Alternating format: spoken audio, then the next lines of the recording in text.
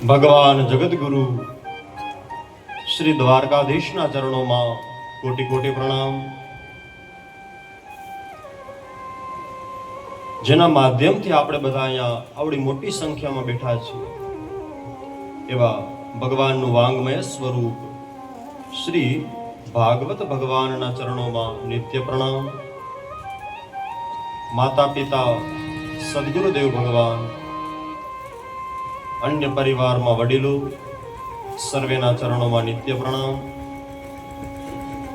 મારા તથા યજમાન પરિવારના સમસ્ત પિતૃઓ, કુળમાં પૂજાતા દેવી દેવતાઓ, બ્રાહ્મણોના મંત્રને આધીન થઈને આવેલા દેવ સ્વરૂપો, તેમના ચરણોમાં પણ કોટિશઃ પ્રણામ.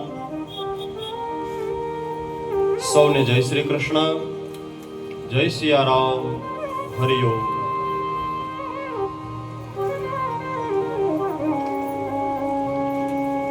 ત્રણ પેઢીના પ્રતાપે, પેઢીના પુણ્યના પ્રતાપે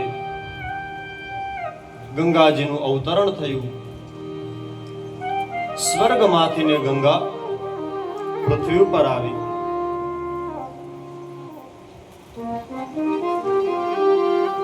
આપણે જે કાંઈ પણ કર્મ કરીએ છીએ એ દરેકનો હિસાબ થાય છે. માટે પ્રત્યેક સેકન્ડે સાવધાન થઈને જીવન જીવવું જોઈએ. જ્યારે જ્યાં જેવું વર્તન કરીએ છીએ તેનો હિસાબ થાય છે. આપણે ત્યાં ગુરુત્વાકર્ષણ બળની વાત કરવામાં આવી છે. કોઈ પથ્થર લઈને આકાશમાં ફેંકે તો એ પથ્થર પાછો નીચો જ આવે. આપણે ત્યાં કહેવત છે, ખાડો ખોદે તે પડે. માટે આપણી પરંપરા શું છે, હિન્દુની પરંપરા શું છે? હંમેશા બીજાનું સારું ઈચ્છવું, હંમેશા બીજાનું સારું કરવું. પણ સમસ્યા એ છે કે હવે આપણે કોઈનું સાંભળવા તૈયાર નથી.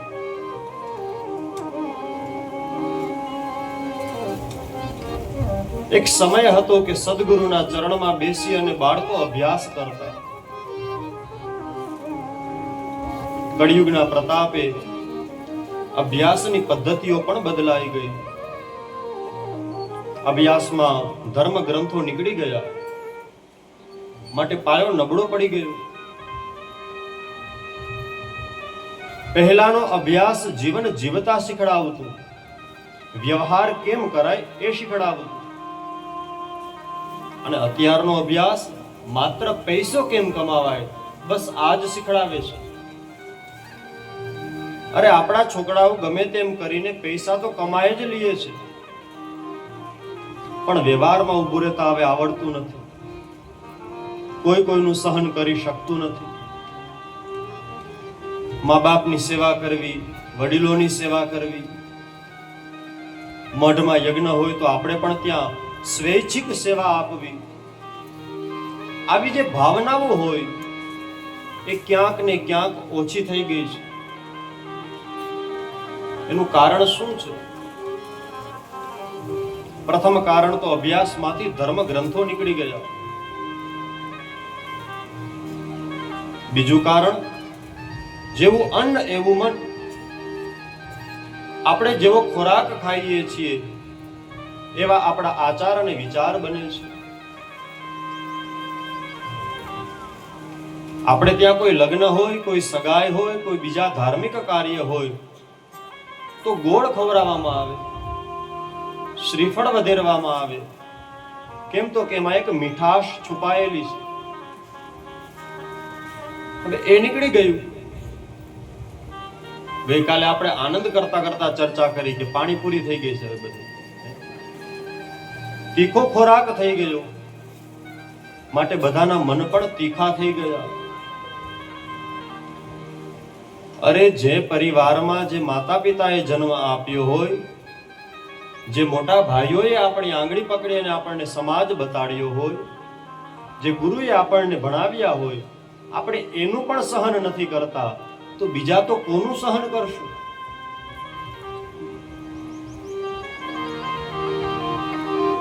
માટે જેવું અન્ન એવું મન, જેવું અન્ન એવો ઓડકાર. પેલે દિવસે આપણે ચર્ચા કરી હતી, અતિ ભલો ન બોલનો, અતિ ભલો ન ચૂપ રહેનો. એવી જ રીતે ક્યાં જમવું ક્યાં ન જમવું એનું પણ વર્ણન છે. કેવું જમવું કેવું ન જમવું. અરે જમવાનું તો ઠીક, એની પહેલા પાણીનું મહત્વ બતાવ્યું છે. આપણે કોઈ બહારગામ ગયા હોય જાત્રા કરવા માટે અથવા તો ફરવા માટે, પાછા આવીએ અને કોઈ બીમાર પડે તો શું કહે? પાણી ફેર થઈ ગયું છે. કહે પાણી ફેર થઈ ગયું છે. પાણીનો આટલો પ્રભાવ છે ભાઈ.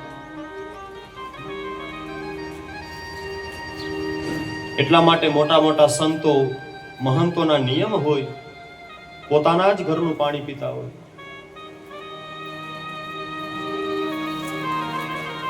તમે વ્રજ બાજુ જાઓ તો ત્યાં સ્વપાકી સંતો જોવા મળે. સ્વપાકી એટલે કોણ? મોટી ઉંમર થઈ ગઈ હોય, 90 વર્ષના થઈ ગયા હોય, પોતાના જ હાથેથી સામગ્રીને સિદ્ધ કરે, ઠાકોરજીને એ ભોગ ધરાવે, અને પછી એ જે ભોગ છે એ પ્રસાદ બની જાય, પછી તેને આરોગ્ય. તેને સ્વપાકી સંત કહેવામાં આવે. પોતાના હાથે સામગ્રી તૈયાર કરવી, પેલા મારા ઠાકોરજીને ભોગ ધરાવું, પછી હું તે ભોજન કરું. ભગવાનને જે ધરાવવામાં આવે તેને પ્રસાદ ન કહેવાય, તેને સામગ્રી કહેવાય. પ્રસાદ કોને કહેવાય? તો કે પ્રભુએ જેનો સ્વીકાર કરી લીધો છે, પછી જે વસ્તુ સ્વીકૃત કરવામાં આવેલી છે એ પ્રસાદના રૂપમાં પરિવર્તિત થાય છે. સામે ઘણી બધી ઈંટો પડી હોય પણ એને મકાન ન કહેવાય, એના માટે તો ચણતર કરવામાં આવે તો તે મકાનના રૂપમાં પરિવર્તિત થાય છે. એ જ મુજબ સામગ્રી ભલે ગમે તેટલી તૈયાર કરી હોય, પણ જ્યાં સુધી પ્રભુને ધરાવવામાં ન આવે ત્યાં સુધી તે પ્રસાદ ન બને. પ્રભુ જે વસ્તુની, જે સામગ્રીની સ્વીકૃતિ કરે છે એ પ્રસાદ બની જાય છે. અને પ્રભુ જે પ્રસાદ ગ્રહણ કરી લે પછી સૌ પ્રથમ એના ભક્તો પ્રસાદ લે છે, અને પછી જે વધે તેને મહાપ્રસાદ કહેવામાં આવે છે. આપણે ત્યાં આયોજન હોય તો આપણે કહીએ ને મહાપ્રસાદનું આયોજન કરેલું છે. એ મહાપ્રસાદ કેમ? તો કે પેલા ઠાકોરજી સ્વીકારે એટલે તે પ્રસાદ બની ગયો. પછી આપણે સાધુ બ્રાહ્મણોને જમાડીએ, પછી જે વધે તેને મહાપ્રસાદ કહેવામાં આવે.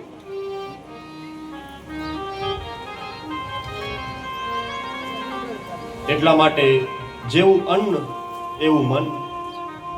મનને કાબુમાં રાખવું બહુ જરૂરી છે ભાઈ.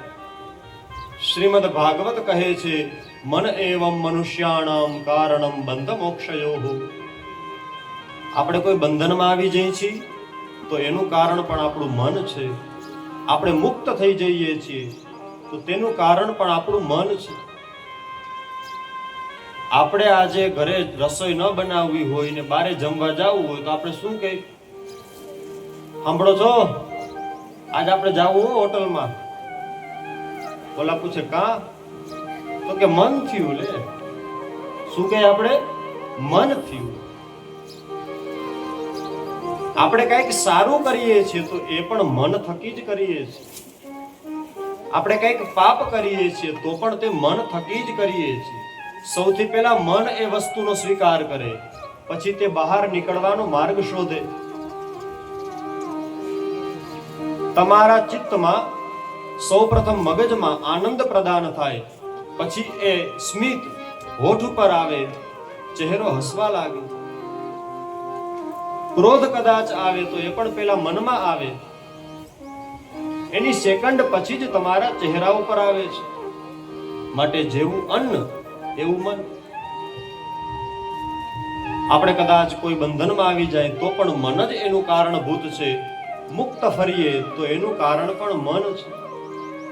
માટે મનની ઇન્દ્રિયોને કાબુમાં રાખવી, ધ્યાન ધરવું, ભગવાનનું તપ કરવું, સવારે ઉઠી કુળદેવીની માળા કરવી, આ બધું શેના માટે છે? મનને ચોટાડવા માટે, ઇન્દ્રિયોને એકત્રિત કરવા માટે. આપણું મન આપણા હાથમાં હોય નહીં તો આપણું શરીર પણ આપણા હાથમાં ન રહીએ ભાઈ. આમ પણ એક ઓલી કહેવત છે, 50 વર્ષ સુધી આપણે કે એમ શરીર કરે. 50 વર્ષ સુધી આપણે મન થાય આપણે પધરાવીએ, પણ 50 ટપી ગયા, વનમાં ગયા પછી શરીર કે એમ કરવું પડે. મન તો થાય કે ઓલું ઢેફલું પડ્યું છે તો હાથ જાય, પણ શરીર ના પાડે, ના એટલે પાછો હાથ છે એ મૂકી દે. થાય ને? 50 વર્ષ સુધી આપણે કઈ તેમ શરીર કરે, 50 ટકો પછી શરીર કેમ કરવું પડે ને. માટે આ બધા શરીરના ગુણધર્મ છે.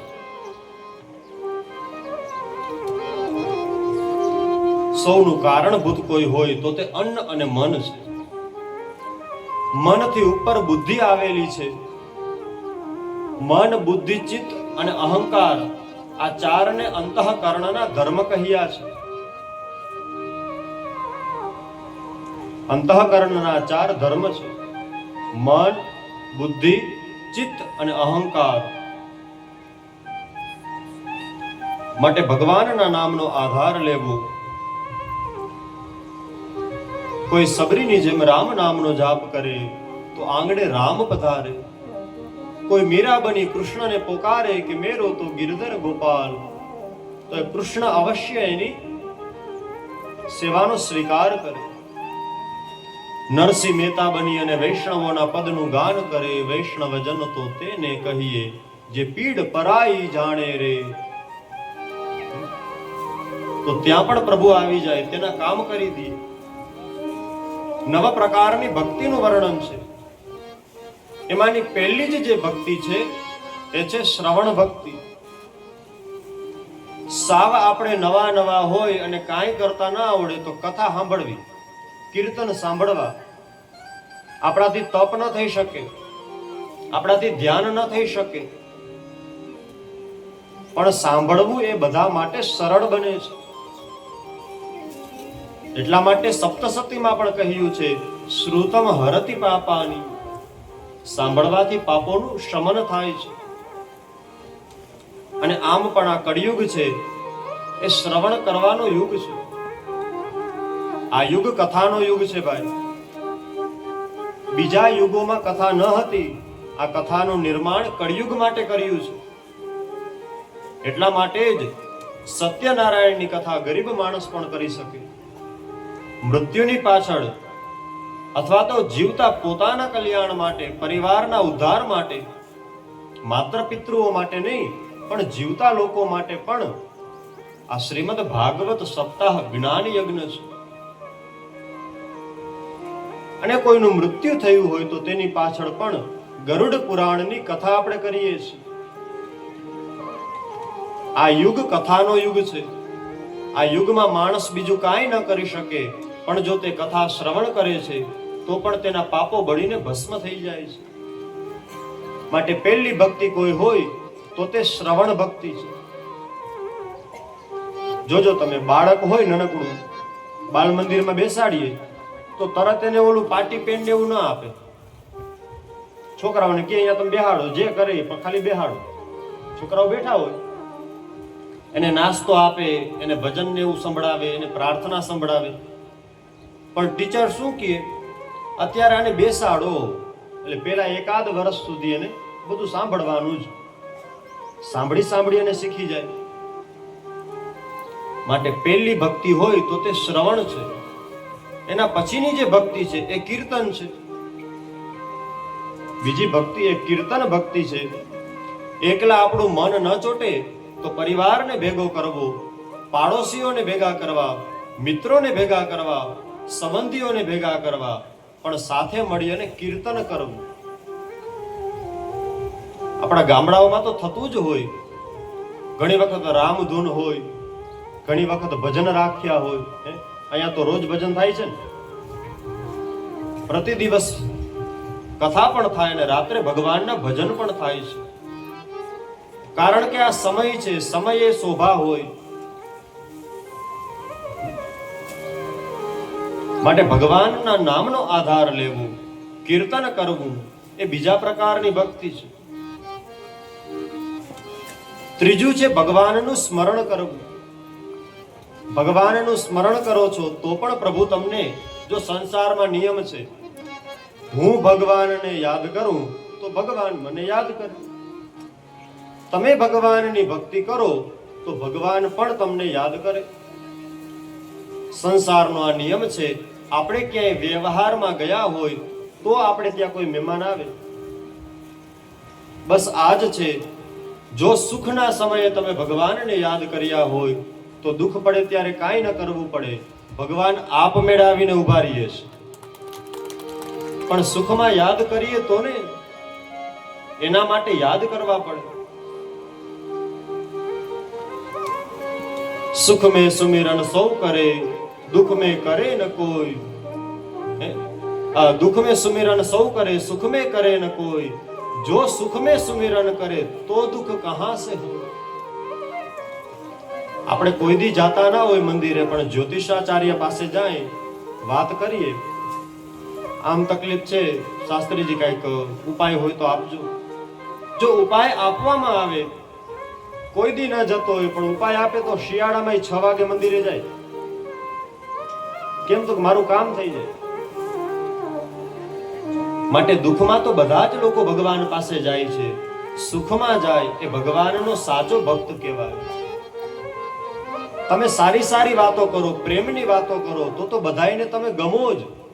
પણ તમે કંઈક વાત કરો એવી કે સામેવાળાને ન ગમે તો પણ તે પ્રેમપૂર્વક તમારી હારે વર્તન કરે, તો એ તમારો સગો કહેવાય, તો એ તમારો મિત્ર કહેવાય.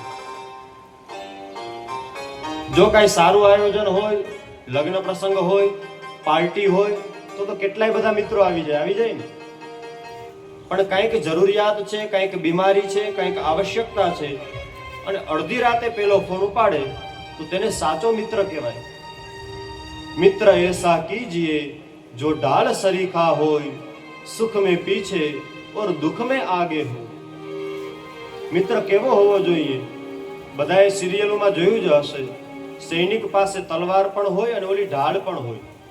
ગોળાકાર હોય ને થાળી જેવું, એને ઢાલ કહેવાય.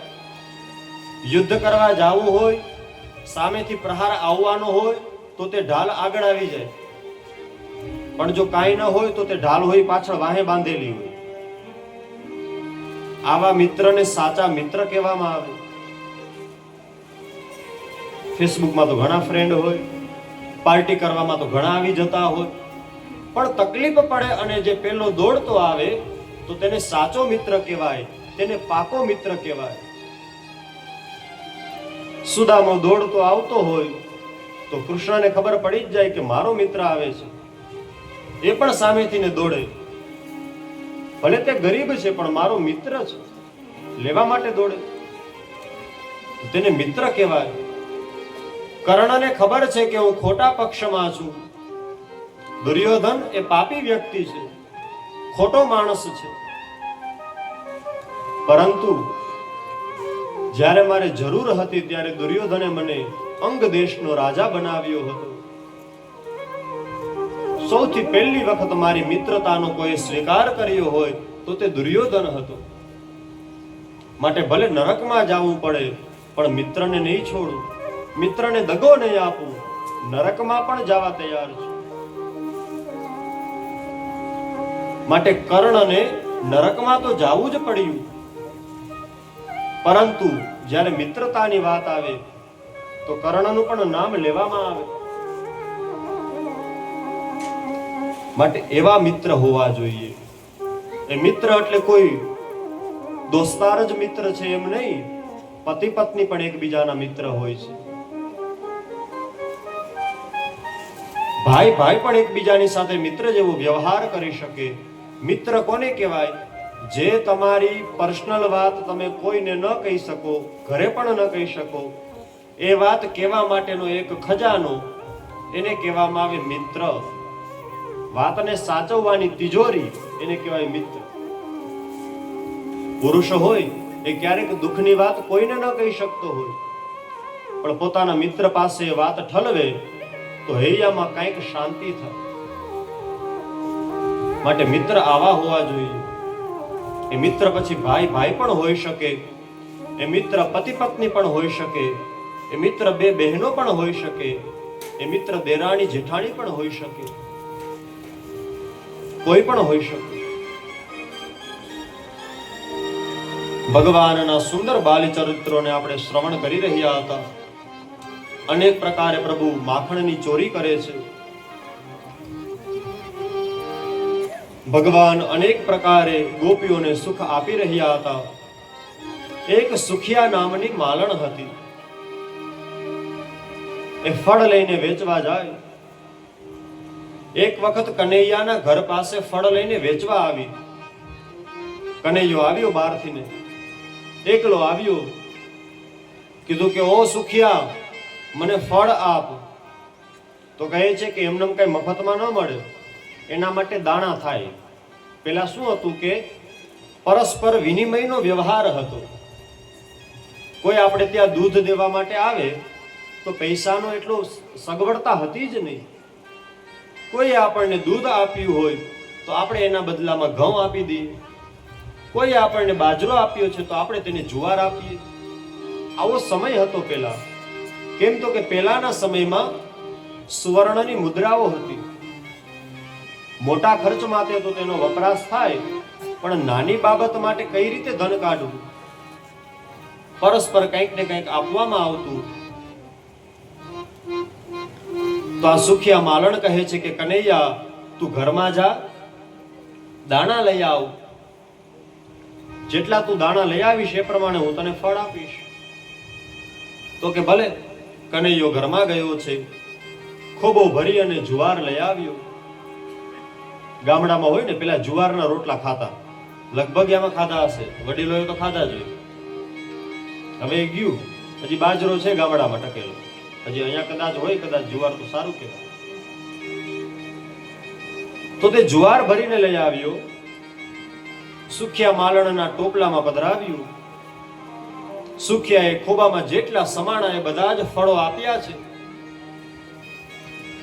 બધી જ જગ્યાએ ફળની વહેંચણી કરતી કરતી પોતાના ઘરે આવી ટોપલો જેવું નીચે ઉતાર્યું છે અને નજર કરે છે તો હવે તેમાં જુવાર નથી, એમાં તો હીરા અને રત્ન બની ગયા છે. એમાં તો હીરા અને રત્ન બની ગયા છે. આ એક ગરીબ સ્ત્રી હતી, પણ ભાવ સાચો હતો. એનો ભાવ સાચો હતો. ભગવાન ભાવ જોઈને આવે છે, યાદ રાખજો. ગઈકાલે જ આપણે ચર્ચા કરતા હતા અમિતભાઈ. જાતિ પાતિ કુલ ધર્મ બળાઈ, ધન બન ગુલ ધન ગુણ ચતુરાઈ. વર્ણ વ્યવસ્થા છે જ. ઉચ્ચ વર્ણ હોય તો તેને પ્રણામ કરવા જ જોઈએ. પરંતુ ઓળખ શેનાથી થાય છે? તો કે કર્મ થકી થાય છે. ભગવાન રામ જેને પણ મળવા ગયા તો ત્યાં વર્ણ જોઈને મળવા નથી ગયા, ત્યાં ભાવ જોઈને મળવા ગયા છે. કેવટ છે એ ભીલ જ્ઞાતિનો છે. જ્યારે રામે કેવટને ગળે લગાડ્યો છે તો પછી તો ગુરુ વશિષ્ઠ અને બીજા બધા જ લોકો તેને આવી અને મળે છે. એટલા માટે રામ આપણું આદર્શ છે. એટલા માટે આપણે ભગવાનની પૂજા કરીએ છીએ. કોઈ પણ વર્ણમાં આપણો જન્મ થયો હોય, આપણે કર્મ કેવું કરીએ છીએ તે મહત્વનું છે ભાઈ. મહેલમાં બેઠા બેઠા દુર્યોધન પાપ કરે, ક્રોધ કરે, અપમાન કરે તો કૃષ્ણ તેને ત્યાં ભોજન ન કરે, 56 ભોગનો સ્વીકાર ન કરે. પણ વિદુર અને સુલભા જ્યારે પ્રભુ ત્યાં પધારી રહ્યા હતા ત્યારે વિદુરજી અને સુલભા દેવી માર્ગમાં ઊભા હતા.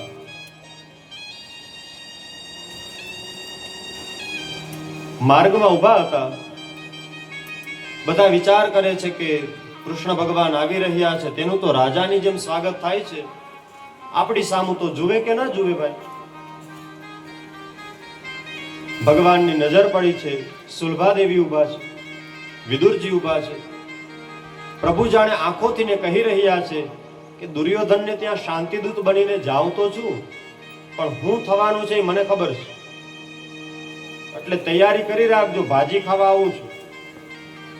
જાણે નેત્રથી પ્રભુ કહી રહ્યા છે. પ્રભુ શાંતિ રાખવા માટે આવ્યા જ હતા. એ દ્વારિકાના નાથને, જગન્નાથને શું ના ખબર હોય? બધી જ ખબર હોય. છતાં પણ તેઓ પ્રયત્ન કરવા આવે છે. કોના માટે? પોતાના માટે નહીં, પાંડવો માટે પ્રયત્ન કરવા આવે છે.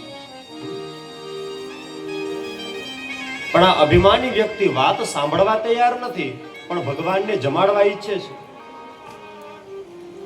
જ્યારે દુર્યોધને કહ્યું કે દ્વારકાધીશ તમે અમારે ત્યાં ભોજન તો કરતા જાઓ, બપોરનું ટાણું છે, ત્યારે ભગવાને કહ્યું વાત તો એકેય માનવી નથી અને જમાડવો પ્રેમથી છે. તો એ જમાડે એમાં પણ ભરોસો કેમ કરવો? કદાચ કંઈક નાખી દીધું હોય તો ઠીક છે, એ તો ભગવાન છે, ત્યાં તો એની તાકાત પણ નથી કે ભગવાનને પરેશાન કરી શકે. ભગવાનની ઈચ્છા વગર એક પાંદડું પણ ન હલે. તેરી કૃપા બિના ન हिले એક બી અણુ. છતાં પણ પ્રભુ હસ્તિનાપુરમાં પ્રવેશ કરે, પાંડવો વતી પ્રયત્ન કરે, વિદુરજીના આંગણે આવી અને પ્રેમપૂર્વક ભાજીનું ભોજન કરે. કેમ તો કે ભગવાન ભાવને વશ થઈ જાય છે. માટે આપણા આગળ કંઈ જ ન હોય, કાંઈ ચિંતા નહીં કરવાની, ભગવાનને ભાવ આપવો. આપણી પાસે શું છે શું નથી એ હું જાણું, મારો નાથ જાણે, પણ ભાવપૂર્વક, પ્રેમપૂર્વક ભગવાનની સેવા કરવી જોઈએ. કહે છે કે પ્રભુ હવે ગોકુળથી ને વૃંદાવન જવાની ઈચ્છા કરે છે. કનૈયો 5 વર્ષનો થયો. ગોકુળમાં તો મોટા મોટા ઉત્પાતો થવા લાગ્યા છે. ઉપનંદજી નામના ગોવાળે સૂચન કર્યું આપણે અહીંયાથી ને વૃંદાવન જઈએ. ભલે મહારાજ. બધા વૃંદાવન જવા માટે તૈયારીઓ કરવા લાગ્યા. ગાડાઓ ગોઠવ્યા, પોતાની ગાયો, પોતાના વાછરડાઓ, પોતાના અન્ય પશુઓ, પોતાની ઘરવખરી બધું જ ભેગું કરી અને આખો સમાજ વૃંદાવન જાય છે. ત્યાં પ્રભુએ નિવાસ સ્થાન બનાવ્યું. પોતાના ગોવાળોની સાથે પ્રભુ હવે વ્રજવાસ કરે છે. એ ચંદ્ર આકારનું છે.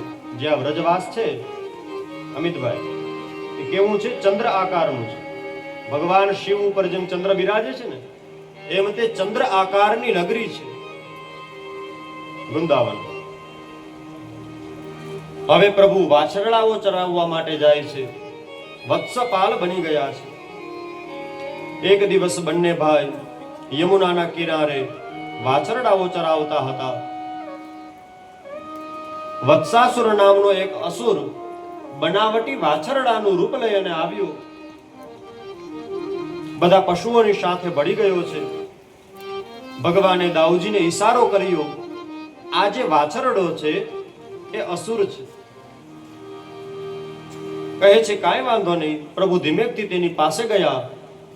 અન્ય કોઈ પશુને વિક્ષેપ ન થાય એવી રીતે તેના 2 પગ પાછળથી પકડ્યા છે. આકાશમાં ઉડાડી તેને મોતને ઘાટ ઉતાર્યો છે. એને પણ મુક્તિ મળી છે. બકાસુરના વધની કથા કહે છે સુખદેવજી. ગોપ બાળકો વાછરડાની સાથે જળાશયમાં જળપાન કરવા ગયા. ત્યારે બકાસુર આવ્યો હતો બગલાનું રૂપ લઈને. પ્રભુને ગળી ગયો. પ્રભુએ પોતાનું શરીર વિકરાળ કર્યું. એને હવે બળતરા થવા લાગી છે. પ્રભુને બહાર ઓકીને કાઢ્યા.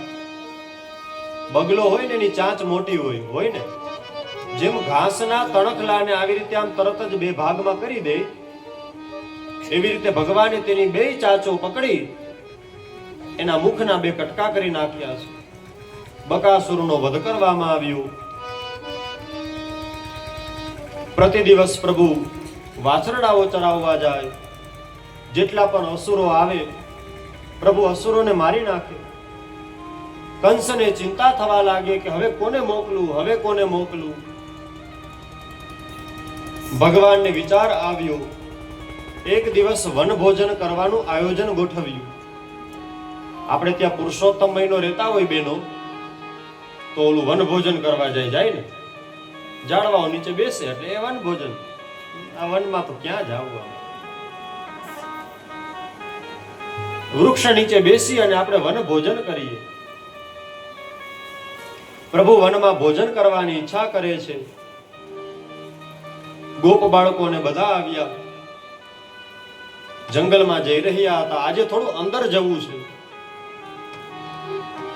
બહુ મોટો અજગર જોયો, જેનો નીચેનો હોઠ છે જમીનને અડે છે, ઉપરનો આકાશને અડે છે. ગોવાળોએ કીધું, કનૈયા, આ કોઈક નવી ગુફા છે, અમે જોઈ નથી. વિચાર છે કે આપણે આ ગુફામાં જવું છે, પણ તું મોર થા તો જાય, નકર નહીં. તું આગળ આવ તો જાય. તો કે ભલે ભલે. પ્રભુ આગળ આવ્યા છે. બધાએ તે અજગરના મુખમાં પ્રવેશ કર્યો.